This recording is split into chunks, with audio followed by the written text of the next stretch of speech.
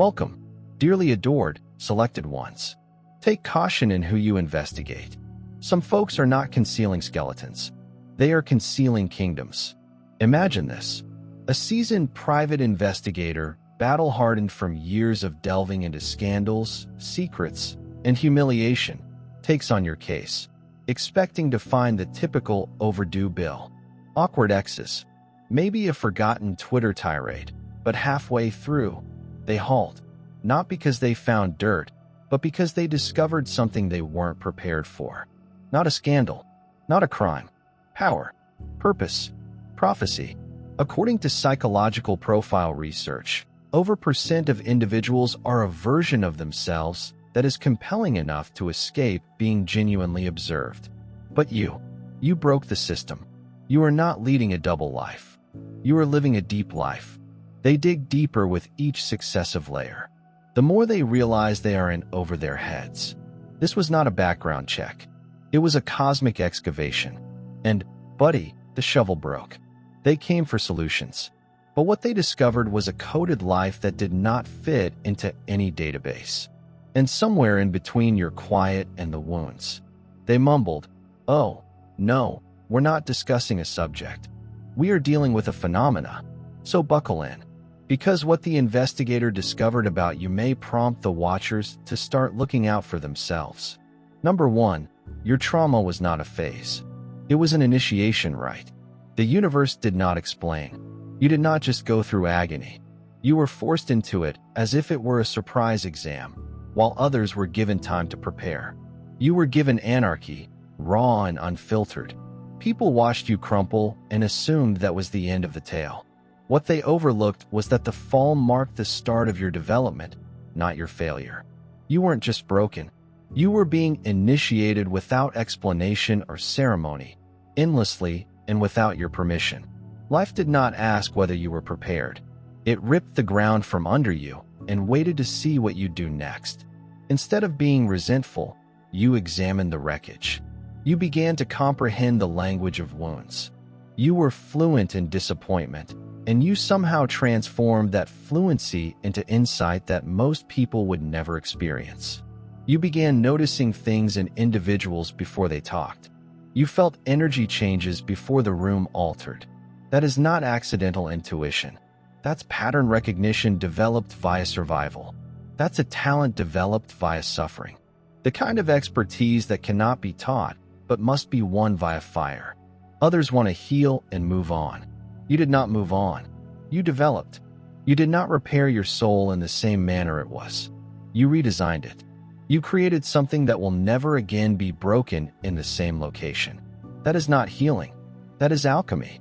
That is transforming suffering into strength without attempting to make it attractive. The private investigator anticipated to discover damage. Instead, they discovered design. They were hunting for cracks, but instead discovered architecture. You did not come out of the past with any baggage. You presented blueprints. Your trauma did not ruin you. It ushered you into a state of knowledge, understanding, and power that most people spend their lives attempting to replicate. The craziest portion: you did everything softly. There is no announcement or pity party, just brutal metamorphosis. Number 2, you function in 2 realms: the visible world and the one that only those who have bled silently may enter. You don't just exist in one reality. You may operate in 2 or more. There's the visible, daily world that everyone else lives in, the world of small conversation, air and social connections, and surface-level realities. Then there's the other world, which you may wander through peacefully, the one below all of it, the one that most people ignore or pretend does not exist. That is where you reside. For real. You notice what others miss. You pick up on stuff. They never notice a pause in a voice, a change in tone, or the weight of a gaze. It is more than simply being watchful. It's a deeper awareness that allows you to perceive energy before others speak. You sense a strain that has yet to be addressed. You can sense the emotional undercurrents that drive everything, even while everyone else is still focused on what is being stated aloud. The investigators felt they were about to start another regular task. read the facts, follow the trail, and deliver the dirt. But the instant they began digging into your narrative, they realized they were in unfamiliar ground.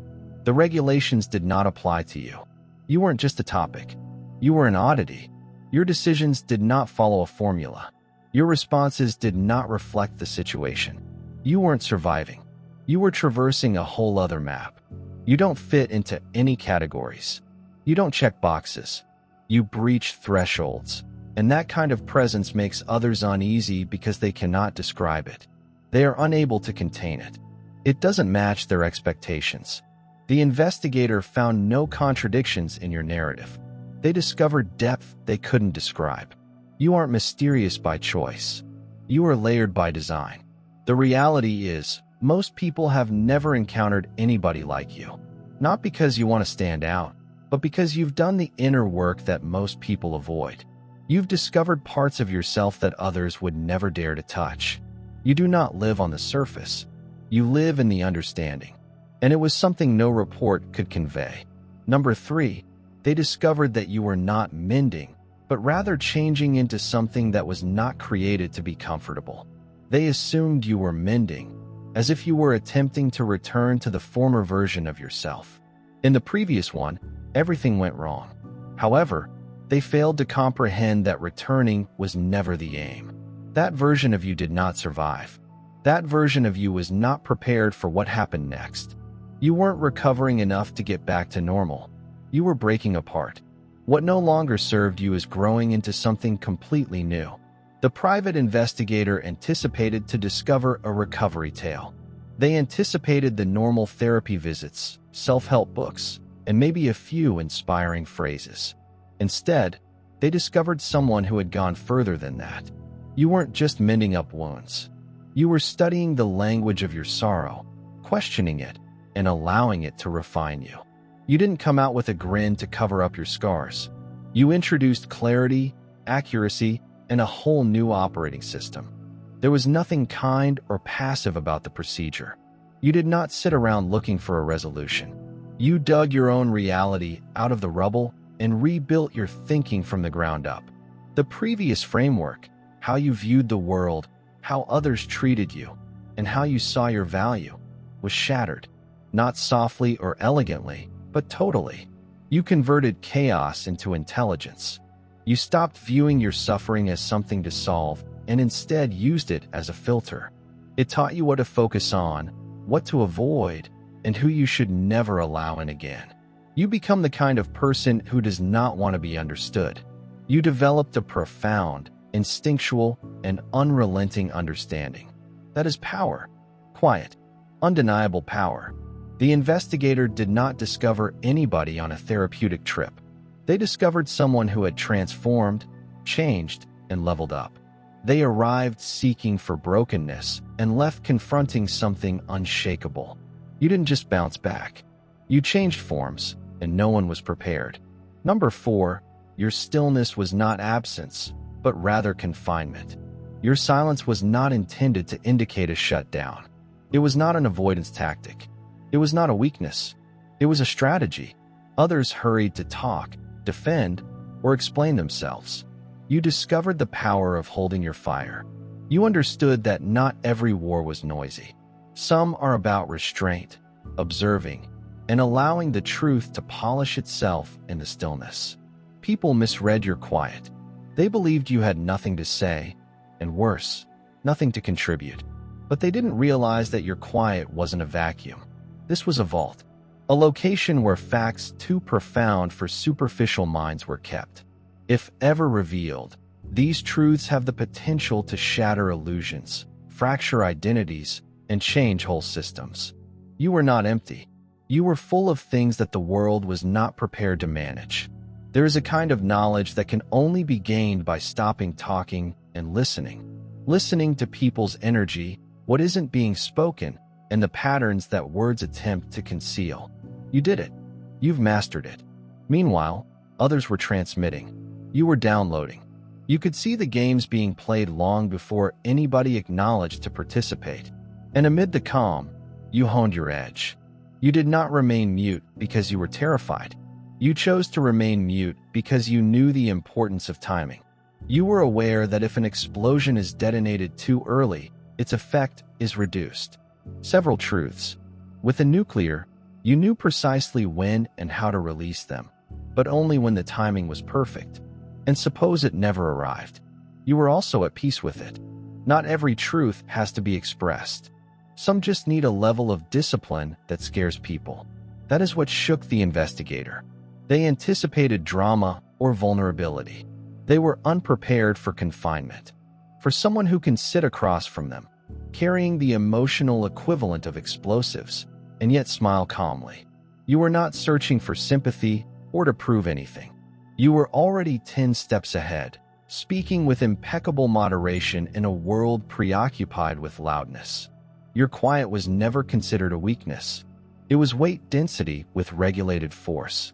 People are worried when they hear quiet like this, not because it is empty, but because they know something strong is hidden inside it. And when the time comes, if it ever happens, your words will not just speak. They will explode. Number 5. They assumed you were safeguarding secrets. It turns out you were the secret. They came sifting into your history, hoping to find anything. Hidden scandals, regrets, and maybe some hidden shame. You labored hard to stay out of sight, but they didn't anticipate the true narrative to be anything other than what you'd done. It was part of who you are. You were not hiding information. You are the knowledge that has been coded, compartmentalized, and rendered illegible to those who have not earned access. They believed the riddle was in the events, time frames, and receipts. However, since you do not live in a linear manner, your life cannot be tracked or cobbled together using files and data. You live with depth. You are not a collection of experiences. You are a system of meaning. And until someone learns how to see rather than simply gaze, they will never understand. You don't give yourself up willingly. You aren't an open book. You are a locked vault without a visible keyhole. Every aspect of you, every inclination, every barrier is deliberate. You've discovered that some individuals get near just to take. So you adapted. You grew more selective. People cannot make you tell the truth. It is something people can achieve via patience, honesty, and turning up when there is nothing to gain. That's where they got it wrong. The investigator felt the issue was to discover what you were concealing. But the reality is, you were not hiding. You were illegible by design. A live encryption, a soul built like a cipher. They couldn't track your essence via inquiries or surveillance since the answers didn't come from your words or deeds. They were in your energy, stillness, and presence, among other things. A file cannot measure. To comprehend you, someone would need to go beyond evidence. They'd have to believe you earned their confidence. Understand not just what occurred to you, but also who you become as a result. That requires more than just expertise. It requires alignment, which is unusual. So, no, you were not keeping secrets. You were the secret. And until someone has the correct key, which is comprised of truth, patience, and earned respect, you will stay unresolved. Number 6. They investigated your wounds like crime scenes, only to discover that each one was a sanctified shrine. They treated your narrative like detectives at a crime scene, following every scar as if it were a confession. They cataloged your heartbreaks, betrayals, and losses, believing they could map out your weaknesses as proof. They anticipated to uncover damage that would explain your strength as a compensation. They believed your power sprang from despair, but they were mistaken. What they discovered was not evidence of a collapse. It was proof of rebirth. Those scars were not indicative of anguish. They were examples of endurance. Each one is a reminder of something you went through and refused to let define you. They didn't locate any open wounds. They discovered closed chapters. And each one wasn't just healed. It was sacred. They were seeking for weaknesses. They anticipated that your history would reveal vulnerable patches or frayed edges. They were able to assess. But your grief did not just form you. It sanctified you. It polished you like fire refines gold. It burned away what wasn't genuine, and what remained was not brittle. Whatever remained was sacrosanct. Every scar they touched evoked a memory. Yes, but more importantly, it had meaning. Not simply what occurred to you, but how you dealt with it. You did not let the discomfort stop you. You let it teach you. You created routines around recuperation. You gained strength by confronting the reality and going through it, rather than pretending everything was all right. They did not expect to discover respect. They didn't expect to feel insignificant in the face of your tenacity. But this is what occurred, since your narrative is not a series of terrible incidents. It is a sequence of initiations. And every time life attempted to end you, you didn't just survive. You gave up the experience. You transformed it into knowledge, elegance, and something untouchable. What they assumed were injuries turned out to be combat awards. What they thought were weak areas were really holy sanctuaries. They wanted to know where you were broken. Instead, they discovered shrines. Number 7. You transformed desertion into sovereignty. They expected to meet someone who was still hurting from being left behind. Someone who had been rejected and was clinging to whatever shreds of affection or acceptance came their way. But that version of yourself did not survive the abandonment. That version was burnt to the ground. What emerged in its stead was not a victim. It was a sovereign force. You did not wait to be picked again. You selected yourself. Being abandoned did not break you. It dispelled the idea that you required someone else to validate your value. When that illusion was dispelled, something unusual occurred. You stopped reaching outside and began to build inside. No more pleading, acting, or shrinking to be accepted in rooms that only loved you on their terms. You left those chambers and created your own palace, complete with your own laws, voice, and damn throne. You failed to repair the damage caused by desertion. You transformed it into a door through which you stepped into dominion. You become emotionally self-sustaining, not closed off, but unraveled. Nobody's approbation could alter your decision anymore. Nobody's absence could undermine your identity. You did not become numb. You became unshakable. They anticipated to find someone still mourning for the folks who had gone away. What they discovered was someone who no longer waits for doors to shut. Someone who realizes that being left does not necessarily imply loss. It's often liberation. Because sometimes the most painful rejection marks the start of your power. You stopped wondering why they did not remain. You began wondering why you had ever believed they were your home. And after that question, everything changed. You started to get your value from the reality of who you are, rather than from those who remained to affirm it. That's what took them off guard. You didn't just endure abandonment. You transformed it. You took exile and transformed it into empire. You didn't come back to establish your worth. You embodied it. They anticipated a shattered soul. Instead, they discovered a monarch of inner territory so vast that not even the quiet of others could be heard. Number 8. You were never hiding. You were observing. They thought they had unmasked you. It's like peeling back a layer to discover what's below, bringing to light secrets and weaknesses that have previously been concealed. But the fact is that you were never hiding. You weren't engaging in a game of hiding. You were merely watching, constantly keeping an eye on everything. Not from the sidelines, but from the middle of the action. Totally aware and totally present. You've been watching for far longer and more deeply than anybody could have imagined. They hurried to grab peeks. You remained still, absorbing everything. Conversational subtleties, body language adjustments, and tiny falsehoods that slipped through the gaps.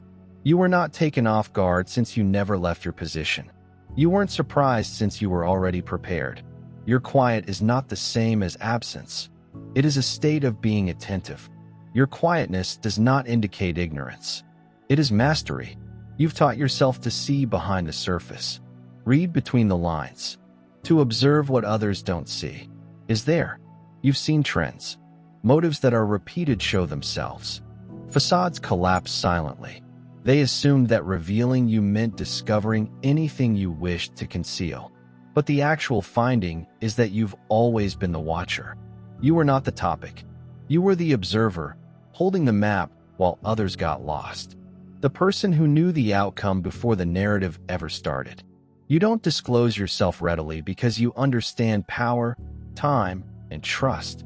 You don't rush into exposure because you understand that being seen is a luxury, not a right. People come into your line of view, believing they have caught you off surprise. Instead, they walk just where you wanted them, allowing you to observe everything and choose what to share, when, and to whom. This is not simply awareness, it is sovereignty. You are not just surviving the game. You're in charge of it. And the people who believed they had found you didn't understand they were being monitored all along. Number 9. They mistook your empathy for softness before realizing it was the result of confronting your own darkness. They saw your empathy and recognized vulnerability. They assumed that your generosity meant you were delicate, easily shattered, or too soft to stand strong. But they didn't see the flames behind it. The hard-earned strength you developed throughout your most difficult internal conflicts. Your empathy was not a shortcoming. It was armor made in the furnace of facing one's own darkness. You did not learn compassion by chance, or because life was simple. You addressed your own worries, concerns, and anxieties square on. You grappled with aspects of yourself that others tried to hide or ignore. Anger, sadness, and loneliness might have overwhelmed you, and you did not flee from those beasts. You looked them directly in the eyes, learnt their names, and made peace with them. That encounter resulted in a deep pool of knowledge and perseverance. You don't flinch when people bring their anguish to you. Do not withdraw or shy away from sorrow. You approach it with an open heart because you understand what it is like to be in the midst of your own storm. You recognize that suffering is complex, complicated, and often unrelenting. Your empathy is not about pity. It is about connecting, being strong, and having the bravery to stand beside people without losing yourself. Those who mistaken your empathy for softness discovered the hard way that it is everything but. It's a combat scar cloaked in elegance. It's understanding how to be ferocious while being compassionate. Empathy is a choice, a purposeful decision to confront life's challenges both inside and out without losing your edge. In the end, your compassion is not fragile. It is fearless. It demonstrates that genuine strength comes not from avoiding darkness, but from accepting it while yet choosing to shine. Number 10. Your history is not a record. It's a spellbook. Your history isn't a dusty collection of errors and mishaps. It's a living spellbook, meticulously inscribed in the ink of experience and grief. Every betrayal you faced, every heartache that threatened to destroy you, was not a mark against you. It was part of a ritual, an essential step in your metamorphosis. You didn't just endure those times. You utilized them as spells to change your narrative. Most individuals wear their history like a chain, bearing the burden of regret and guilt with them. But you converted it into a source of power. Each failure, each instance of broken trust, was more than simply a pain. It was a lesson, a mantra, or a coded message on how to become stronger, smarter, and more alive. You didn't flinch when life slammed you hard. Instead, you absorbed those hits and incorporated them into your personality, creating a language that only you comprehend. This magic book is not available to everyone. It is not a public record that you should disclose carelessly. It is a personal tome that you reference when you want strength or clarity. When life attempts to break you again, you do not panic. You scroll over your papers, recalling the routines you've perfected. Forgiveness, resilience, and reinvention. You conjure the insight gained from your worst moments, turning anguish into purpose. The investigator believed they could put together your background like a crime scene, uncovering evidence to explain who you are. However, your past is not a cold case. It is a holy scripture. It is live evidence that change is not about avoiding errors, but rather about understanding the hidden language that they teach. You didn't just enjoy your narrative. You wrote it, spell after spell, ritual after ritual. Your history is more than just a record. It serves as your source of power, guidance, and alchemy. Those who attempted to read it like a history book missed the true charm. You've mastered the art of change, turning every adversity into an opportunity for renewal. A number. They were prepared to expose you, but instead were exposed. They arrived with guns drawn, certain that they would reveal your secrets and tear you down. Their purpose was to remove your barriers and expose what you believed was securely protected. But as they looked closer, they didn't anticipate you to be holding the mirror. Your mirror caught them off surprise, shedding light on their own flaws and inconsistencies. Suddenly, the hunter had become the prey. The investigator who felt they had the upper hand found themselves under examination, forced to confront aspects of themselves that they had long hidden or denied. The questions they came to ask about you turned inward, and the realities they thought were yours to divulge became theirs to face. You did not only deflect their probe, you mirrored it. You spoke your truth so loudly and fearlessly that they were unable to hide their own darkness. They weren't expecting the intensity of their own, and unraveling your strength and clarity revealed their vulnerabilities, prejudices, and blind spots. They intended to show weakness, but what they discovered was strength. Strength that made them look in the mirror and wonder who they really were. They intended to break you. Instead, they dispelled their own illusions. In that moment, you were not just the subject of the investing country, but also the investigator, the one who rules the room via steady presence rather than force. You helped them understand that exposure isn't a one-way path, and that standing fast in your truth doesn't only get you through inspection. You turn it back on those who attempt to use it against you. They believed they had the power, but the true power was unwavering, relentless, and difficult to ignore. Number, you did not pursue your destiny. You became the gravitational force that drew it in. You did not sit back and wait for destiny to find you, believing that it would appear as a random incident. You became the force that drew fate to you, the magnetic core around which all else revolves, while others attempt to track your route using clean lines and predictable patterns. Your trajectory mocks their efforts, defying time and logic like a skilled illusionist rewriting the laws of the game. People anticipate life to follow a straight path, with cause and effect occurring step by step. However, your journey is not linear. It bends, folds, and reshapes itself with an intensity that defies expectations. You are not a passenger on the path of destiny. You're the architect, creating the map as you go. The universe isn't giving you a script. You're writing it yourself, scene after scene. This kind of ability is not acquired via luck or chance. It stems from conscious choosing and a firm trust in your own agency. You do not wait for opportunities. You purposefully lure them toward you. You refuse to accept the status quo. You construct what is possible. Your will acts as a gravitational force, bending the fabric of reality to coincide with your vision.